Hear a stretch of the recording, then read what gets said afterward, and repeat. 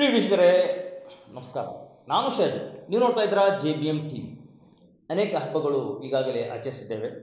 ಜಾತ್ರೆಗಳು, ಇದೇ ರೀತಿಯಾದಂಥ ತಮಗೆ ಅನೇಕ ಕಾರ್ಯಕ್ರಮಗಳು ನಾವು ತೆಗೆದ್ದೇವೆ. ಈಗ ಸರದಿ ರಂಜಾನ್, ಮುಸ್ಲಿಂ ಬಾಂಧವರ ಉಪವಾಸ ಪ್ರಾರಂಭವಾಗುತ್ತಿದೆ. ಅದಕ್ಕಾಗಿ ನಾವು ಈ ಕಾರ್ಯಕ್ರಮದಲ್ಲಿ ಮೌಲಾನಾ ಅಬ್ದುಲ್ ರೆಹಮಾನ್ ಪೈಲ್ವಾನ್ ಮರ್ಕಜ್ ಈ ಮಸೀದಿಯ ಮೌಲ್ವಿಗಳಿಗೆ ನಾವು ಈ ಕಾರ್ಯಕ್ರಮದಲ್ಲಿ ಕರೆದಿದ್ದೇವೆ. जनाब, आपको इस कार्यक्रम में तहे दिल से आपका इस्तकबाल करता हूँ. ಪ್ರಪ್ರಥಮವಾಗಿ ನಾನು ಕೇಳುವುದು ಏನು ಅಂತಂದರೆ, ರಂಜಾನ್ ಎಲ್ಲಿಂದ ಪ್ರಾರಂಭವಾಯಿತು?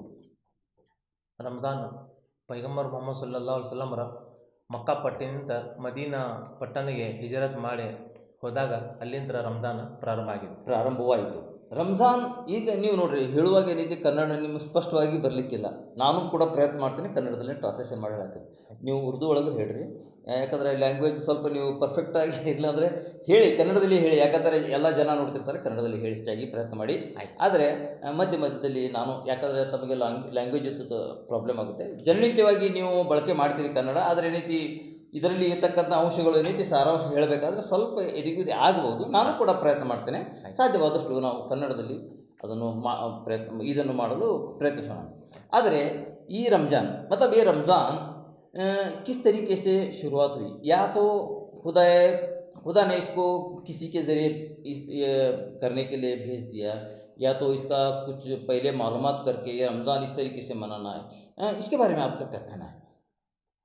हुजूर सल्लल्लाहु अलैहि वसल्लम पर हज़रत जिब्रील अलैहिस्सलाम अल्लाह के पास से हुक्म लेकर आते थे और हुजूर सल्लल्लाहु अलैहि वसल्लम सहाबा को बताते थे कि रोज़ा फ़र्ज़ हुआ, तो जिब्रील अलैहिस्सलाम जो हुक्म लेकर आते थे उसे वही कहते.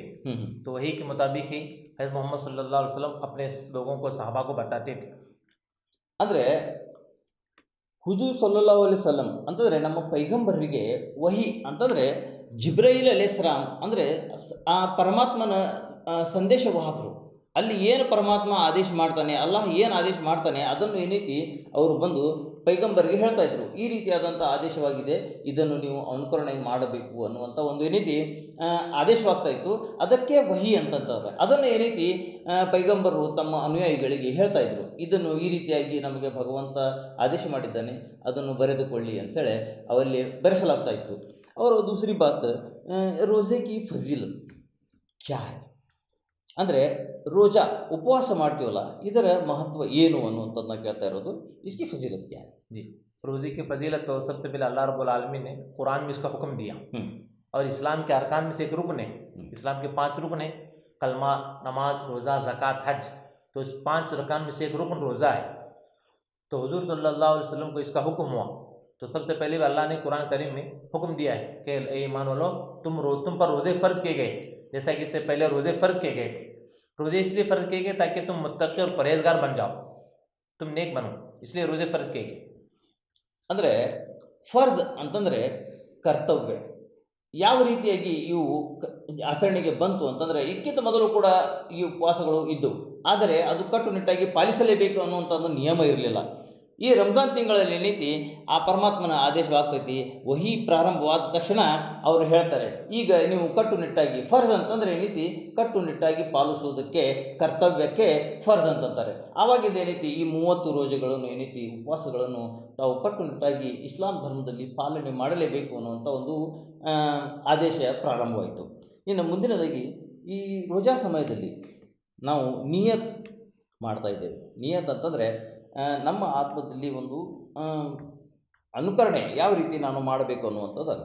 ಇದು ರೋಜಾ ಪ್ರಾರಂಭದಲ್ಲಿ, ಆಮೇಲೆ ರೋಜಾ ಬಿಡುವಾಗ ಇದನ್ನು ಮಾಡ್ತಾ ಇದ್ದೀವಿ. रोजे से पहले नियत जी, उसके बाद क्या है, रोज़ा सहरी करने के बाद नियत होती है, उसके इफ्तियार के बाद भी नियत बोल के ही रोज़े का इफ्तियारी करना पड़ता है जी. इसकी फजीलत क्या है?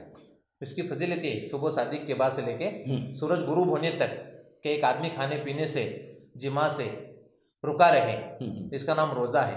दूसरा चीज़ है कि आदमी गलत देखने से रुके रहे, गलत सुनने से रुका रहे, गलत सोचने से रुका रहे, गलत पैर इसके चलने से रुके रहे, इन तमाम गलत सोचने से बचा रहे, इन तमाम का नाम ही रोज़ा है.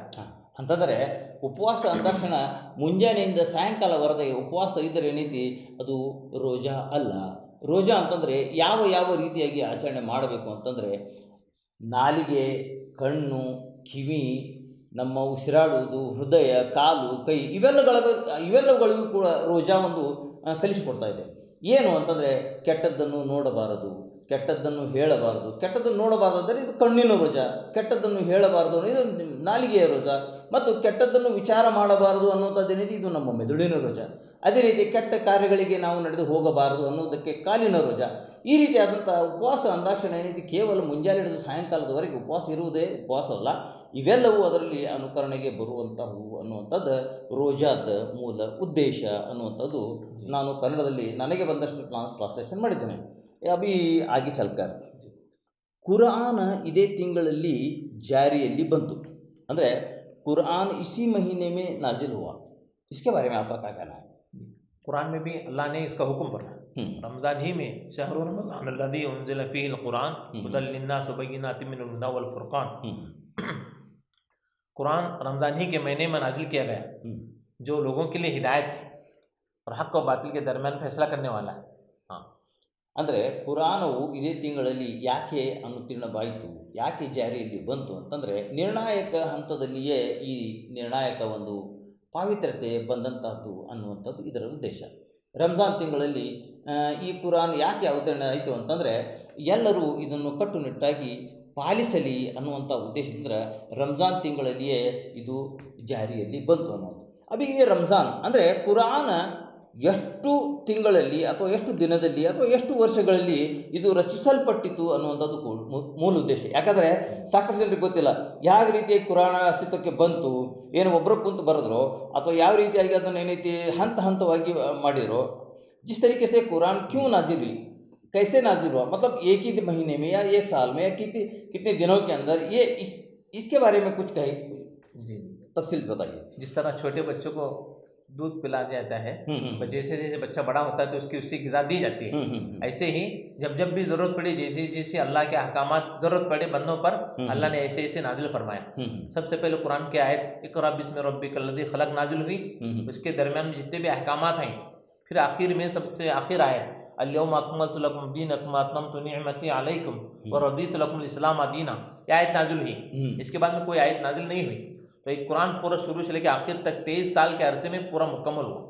ಅಂದರೆ ಇದು ಕೇವಲ ಒಂದೇ ಒಂದು ದಿನ ಅಥವಾ ಒಂದು ವರ್ಷದಲ್ಲಿ ಅಲ್ಲ, 23 ವರ್ಷಗಳ ಕಾಲ ಆ ಭಗವಂತನಿಂದ ಆದೇಶವಾಗ್ತಾ ಇತ್ತು. ಜಿಬ್ರೈಲ್ ಅಲೈಹಿಸ್ಸಲಾಂ ಸಂದೇಶವಾಹಕರು ಏನೈತಿ ಅದನ್ನು ತರ್ತಾ ಇದ್ರು, ಅದನ್ನೇನೈತಿ ಪೈಗಂಬರ್ಗೆ ಹೇಳ್ತಿದ್ರು, ಅದನ್ನೇನೈತಿ ಪೈಗಂಬರು ವಿವರಣೆ ಕೊಡ್ತಾ ಇದ್ರು. ಈ ರೀತಿಯಾಗಿ ಆದೇಶವಾಗಿದೆ, ಈ ರೀತಿಯಾಗಿ ಭಗವಂತ ಅಲ್ಲಾಹ ನಮಗೇನೈತಿ ಆದೇಶ ಮಾಡಿದ್ದಾರೆ. ಅದಕ್ಕೇನೈತಿ ಆವಾಗ ತಾಳೆ ಎಲೆಗಳಿದ್ದು, ಆ ಎಲೆಗಳ ಮೇಲೆ ಪತ್ತೋಂ ಪರ್ ಲಿಖಾ ಜಾತಾ ತಾ, ಎಲೆಗಳ ಮೇಲೆ ಮತ್ತು ದರ್ತೋಂ ಪರ್ ಮತ್ತು ಗಿಡಗಳ ಮೇಲೆ ಈ ರೀತಿಯಾದಂಥ ಏನೈತಿ ಆವಾಗ ಯಾರಿಗೆ ಬರೆಯಲು ಬರ್ತಿತ್ತು ಅವರು ಅನುಯಾಯಿಗಳು ಇದ್ದರು, ಅದನ್ನೇನೈತಿ ಬರೀತಾ ಇದ್ರು. ಈ ದಿನ ಈ ಸಂದೇಶ ಬಂದಿದೆ, ಇದನ್ನು ಬರೆಯಿರಿ, ಈ ದಿನ ಈ ಸಂದೇಶ, ಈ ರೀತಿಯಾಗಿ 23 ವರ್ಷಗಳ ಕಾಲ ಏನೈತಿ ಇದನ್ನು ಬರಿತಾ ಬರಿತಾ ಬರಿತಾ ಹೋಗಿ 23ನೇ ವರ್ಷದ ನಂತರ ರಂಜಾನ್ ತಿಂಗಳಲ್ಲಿ ಇದು ಪೂರ್ತಿಗೊಂಡು ಕುರಾನ್ ರೂಪದಲ್ಲಿ ಇಸ್ಲಾಂ ಧರ್ಮದಲ್ಲಿ ಅಸ್ತಿತ್ವಕ್ಕೆ ಬಂತು. ಈ ರೀತಿಯಾದಂಥ ಏನೈತಿ ಕುರಾನದ ಅಸ್ತಿತ್ವ ಯಾವ ರೀತಿಯಾಗಿ ಆಯಿತು ಅನ್ನುವಂಥದ್ದು. ಈಗ ಕೇಳಬೇಕಾಗಿದ್ದು ಏನು ಅಂತಂದರೆ ನಾವು ಹಬ್ಬ ಏಕೆ ಆಚರಣೆ ಮಾಡಬೇಕು, ಯಾವ ರೀತಿ ಅಂತಂದರೆ ಅಭಿ ಹಮ್ 30 रोज़े के बाद या तो 29 रोज़ों के बाद ईद मनाते हैं जी. ये ईद मनाना क्यों, ಯಾವ ರೀತಿ ಯಾಕತ್ತಕ್ಕಾಗಿ ನಾವು ಈ ಹಬ್ಬವನ್ನು ಆಚರಣೆ ಮಾಡಬೇಕು? जी, तो रोज़े हर मज़दूर को मज़दूरी पूरी हो जाने के बाद ही मज़दूरी दी जाती है. ऐसे ही रमज़ान भी ये रोज़े अल्लाह का हुक्म है, तो फिर अल्लाह का हुक्म मुकम्मल हो जाने के बाद में फिर वो इनाम लेने के लिए अल्लाह वहाँ ईदगाह बुलाते हैं. तो हर कौम के लिए खुशी के दिन हुआ करते हैं, ऐसे ही मुसलमानों के लिए भी खुशी का वो दिन वो रमज़ान मुबारक का दिन. ಯಾವ ರೀತಿಯಾಗಿ ಅಂತಂದರೆ ಪ್ರತಿಯೊಂದು ಧರ್ಮಗಳಲ್ಲಿಯೂ ಒಂದೊಂದು ಹಬ್ಬ ಆಚರಣೆಯಲ್ಲಿವೆ. ಯಾಕೆ ಅಂತಂದರೆ ಅದೊಂದು ಸಂತೋಷದ ಒಂದು ಗಳಿಗೆ ಅಥವಾ ಸಂತೋಷದ ಒಂದು ಮಹತ್ವವಾದಂಥ ದಿನ ಅಂಥೇಳಿ ನಾವು ಆಚರಣೆ ಮಾಡ್ತೀವಿ. ಅದೇ ರೀತಿಯಾಗಿ ರಂಜಾನದ 30 ದಿನಗಳನ್ನು ಉಪವಾಸ ಮಾಡಿದ ನಂತರ ಅವರಿಗೆ ಬೇಕಾದಂತಹ ಏನು ಮಾಡಿದ್ದಾರೆ ಅವರ ಕೊಡುಗೆಗಳು ಆ ದಿನ ಏನೈತಿ ಒಂದು ವೇತನದ ರೂಪದಲ್ಲಿ ಪರಮಾತ್ಮ ಏನು ಮಾಡ್ತಾನೆ ಅಂತಂದರೆ ಆ ದಿನ ಅವರಿಗೆ ವಿತರಣೆ ಮಾಡ್ತಾನೆ ಅನ್ನುವಂಥ ಉದ್ದೇಶದಿಂದ ಈ ರಂಜಾನ್ ಹಬ್ಬದ ದಿನ ಏನೈತಿ ಸಡಗರ ಸಂಭ್ರಮದ ಆಚರಣೆ ಮಾಡಲಾಗ್ತಾ ಇದೆ. मेरा मतलब है कि उसी दिन क्या है जो बंदों के 30 रोजे होने के बाद उसको उसका सिला दिया जाता है. ಮತ್ತು ಇನ್ನೊಂದು ಕೇಳಬೇಕಾಗಿತ್ತು ಅಂತಂದರೆ ರಂಜಾನ್ ತಿಂಗಳಿಗೆ ಅಂದರೆ ಪ್ರತ್ಯೇಕವಾಗಿ 5 ಹೊತ್ತಿನ ನಮಾಜ್ ಮಾಡುವಾಗ ಏನೈತಿ ಸೀಮಿತವಾದಂತಹ ಪಠಣಗಳನ್ನು ಮಾಡ್ತೀವಿ, ಮಂತ್ರಗಳನ್ನು ಅಂತೀವಿ ನಾವು. ಆದರೆ ರಂಜಾನ್ ತಿಂಗಳಲ್ಲಿ ಇಡೀ ಕುರಾನವನ್ನೇ ಒಂದು ಪೂರ್ತಿಯಾಗಿ ಪಠಣ ಮಾಡಬೇಕನ್ನೋದು. जी जी जैसे कि अभी रमज़ान के महीने में पूरी कुरान पढ़ी जाती है. जी जी मतलब ये बाकी वक्त में होते हैं नमाज के अंदर कुछ कुछ आयतें पढ़ी जाती हैं, कुछ कुछ उसमें अलग अलग से कलमे पढ़े जाते हैं. मगर रमज़ान के अंदर ऐसा नहीं कि तरावी के रूप में पूरा एक कुरान को मुकम्मल पूरा उसके अंदर कुरान पढ़ा जाता है. ಆದರೆ ರಂಜಾನ್ ತಿಂಗಳಲ್ಲಿ 30 ದಿನ ಉಪವಾಸ ಮಾಡ್ತಾ ಮಾಡ್ತಾ ಏನೈತಿ ತರಾವಿ ಅನ್ನುವಂಥದ್ದು ಒಂದು ಏನೈತಿ ನಮಾಜ್ ವಿಶೇಷವಾದಂಥ ನಮಾಜ್ ಮಾಡಲಾಗ್ತೈತಿ. ಪ್ರತಿದಿನ ಏನೈತಿ 20 ರಕಾತ್. जी ಹಾಂ, ओके 20 ರಕಾತ್. ಹಾಂ, 20 ರಕಾತದ ನಮಾಜ್, ಎರಡೆರಡು ರಕಾತ ಪ್ರಕಾರ ಏನೈತಿ 20 ರಕಾತ್ ನಮಾಜ್ ಏನೈತಿ ಮಾಡಬೇಕಾಗ್ತೈತಿ. ಅದರೊಳಗೆ ಪ್ರತಿದಿನ ಹಂತವಾಗಿ ಇಡೀ ಕುರಾನವನ್ನು ಪಠನ ಮಾಡ್ತಾ ಮಾಡ್ತಾ ಆ ತಿಂಗಳಲ್ಲಿ ಪೂರ್ತಿಯಾಗಿ ಕುರಾನ ಓದಲ್ಪಡುತ್ತದೆ. ಅಂದರೆ ಇದ್ರ ಉದ್ದೇಶ ಏನಿದೆ ಅಂತಂದ್ರೆ ಪ್ರತಿಯೊಬ್ಬರು ಅದನ್ನು ಕೇಳಲಿ, ಪ್ರತಿಯೊಬ್ಬರು ಅದನ್ನು ತಿಳ್ಕೊಳ್ಳಿ ಅನ್ನುವಂಥ ಉದ್ದೇಶದಿಂದ ಇಡೀ ಕುರಾನವನ್ನು ಅಂದರೆ ಆ ಒಂದು ಧರ್ಮ ಗ್ರಂಥವನ್ನು ಪೂರ್ತಿಯಾಗಿ ಓದಲ್ಪಡುತ್ತದೆ. ಮೈ ಸೈ ಕಹ ರहा हूं. जी जी ಹಾಂ, ಹೀಗೆ ಆ ತಿಂಗಳಲ್ಲಿ ಆ ಪೂರ್ತಿಯಾಗಿ ಕುರಾನವನ್ನು ಓದಲ್ಪಡುತ್ತೆ. ಕೊನೆಗೆ ಅವರಿಗೆ ಯಾದಂಥ ಈ ನಮ್ಮ ಧರ್ಮಗಳು ಅಂದರೆ ಮೌಲಾನಗಳಿಗಿನ ಆ ದಿವಸ ಏನೈತಿ ಸನ್ಮಾನ ಮಾಡಿ ಏನೈತಿ ಅವರಿಗೂ ಕೂಡ ಸನ್ಮಾನವನ್ನು ಮಾಡ್ತಾ ಇದ್ದಾರೆ. ಈ ರೀತಿಯಾದಂಥ ಒಂದು ಇಸ್ಲಾಂ ಧರ್ಮದ ಸಂಕ್ಷಿಪ್ತವಾದಂಥ ಮಾಹಿತಿಯನ್ನು ನಾವು ಗುರುಗಳಿಗೆ ಕರೆದು ಇಲ್ಲಿ ತಮಗೆ ಇದರ ಬಗ್ಗೆ ಮಾಹಿತಿ ನೀಡಿದ್ದೇವೆ. ರಂಜಾನ್ ಅಂದರೇನು, ರಂಜಾನದ ಮಹತ್ವ ಏನು ಸಂಕ್ಷಿಪ್ತವಾಗಿ ವಿವರಿಸಿದ್ದೇವೆ. ಪ್ರಿಯರೇ, ತಮಗೂ ಕೂಡ ಇದರ ಬಗ್ಗೆ ತಿಳಿದಿದೆ ಅಂತ ನಾನು ಭಾವಿಸ್ತೀನಿ. ಏನಾದರೂ ನಮಗೆ ಸಲಹೆ ಸೂಚನೆಗಳು ಕೊಡಬೇಕಾಗಿದೆ ಅಥವಾ ಇನ್ನೂ ಸುಧಾರಿಸಲು ನಮಗೆ ಸಂದೇಶ ಕೊಡಬೇಕಾಗಿದೆ ಅಂತಂದರೆ ಕಮೆಂಟ್ ಬಾಕ್ಸಲ್ಲಿ ಅದರ ಬಗ್ಗೆ ಬರೀರಿ. ಯಾಕಂತಂದರೆ ತಾವು ಹೇಳಿದಂಥ ಒಂದೊಂದು ಕಮೆಂಟ್ ನಮಗೆ ಮಾರ್ಗದರ್ಶನವಾಗಿ ನಾವು ಅದನ್ನು ತಿಳ್ಕೊತಾ ಇದ್ದೇವೆ. ಇಲ್ಲಿವರೆಗೆ ತಾವು ತಮ್ಮ ಅಮೂಲ್ಯವಾದಂಥ ಸಮಯವನ್ನು ನಮ್ಮ ಈ ಕಾರ್ಯಕ್ರಮಕ್ಕೆ ನೀಡಿದ್ದಕ್ಕಾಗಿ ತಮಗೆಲ್ಲರಿಗೂ ಅನಂತ ಧನ್ಯವಾದಗಳು. ಮಕ್ಕಳನ್ನು ಪ್ರೀತಿಸಿ, ಹಿರಿಯರನ್ನು ಗೌರವಿಸಿ. ವಂದನೆಗಳು. अस्सलाम वालेकुम. आपका बहुत बहुत शुक्रिया. आप इसके बारे में क्या कहना चाहेंगे? अभी जो हमने कार्यक्रम किया आपको कैसा लगा? अल्हम्दुलिल्लाह, आपने हमें बुलाकर कुछ दीन की बातें बोलने और सुनने की फिक्र दिलाई. इस बात पर भी हम अल्लाह का शुक्र अदा करते हैं. तो रमज़ान का मुबारक महीना है ही कि हर एक लोगों तक एक सही मैसेज जावे. रोज़े क्या हैं, तरावी नमाज क्या है, कुरान क्या है, तो इसके बारे में लोगों तक, खुसूसन मुसलमानों तक और उमूमन सब लोगों तक, सब इंसानियत तक एक सही मैसेज जावे कि इसीलिए आपने हमें बुलाया. तो हम भी इस पर आपका शुक्र अदा करते हैं. ಓಕೆ, ಧನ್ಯವಾದಗಳು. ಪ್ರಿಯ ವೀಕ್ಷಕರೇ, ಮಕ್ಕಳನ್ನು ಪ್ರೀತಿಸಿ, ಹಿರಿಯರನ್ನು ಗೌರವಿಸಿ. ವಂದನೆಗಳು.